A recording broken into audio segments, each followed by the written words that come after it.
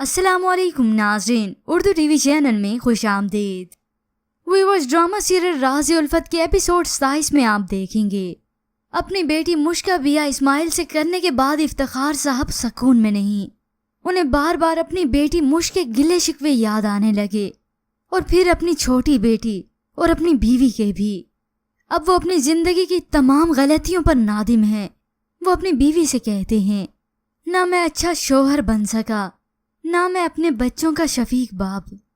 एक सख्त गिर उस्ताद की मानिंद जो अपने तालिब इल्मों का तो भला चाहता है मगर उनमें हमेशा गैर मकबूल रहता है। ये सुनकर मुश्क की वालदा अपने दिल के जख्मों पर मुस्कुराती हैं, यही कि अब तो वक्त गुजर गया। मगर दूसरी जानिब इर्तिज़ा कोई भी फैसला नहीं कर पा रहा। न वो मुश्क के बगैर अपनी जिंदगी को रवां दवां बना रहा है और ना ही वो मुश्क के गम को भुला पा रहा है। अपने वालिदैन के इसरार पर आखिर वो अपने वालिदैन को फैसला सुनाता है। खुदकुशी करने की हिम्मत नहीं है मुझ में और समंदर की गहराइयों में जाकर डूबना नहीं चाहता, इसलिए कोई और तरीका नजर नहीं आया मुझे। क्योंकि व्यूअर्स, इर्तिज़ा खुद को सजा देने के लिए अपनी जिंदगी का बहुत बड़ा फैसला कर चुका है।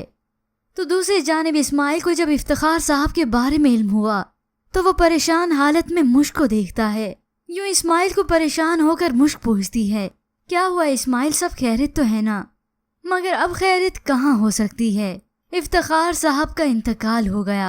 मुश्क अपनी वालिद की मैयत पर आकर ज़ारो कतार रोती है।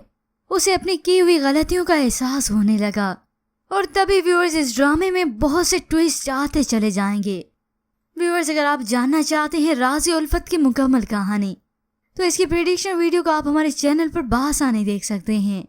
फिलहाल आज की प्रोमो के मुतालिक हमें अपनी कीमती राय जरूर दीजिएगा। मज़ीद ड्रामास प्रोमो के लिए आप देखते रहिए उर्दू टीवी।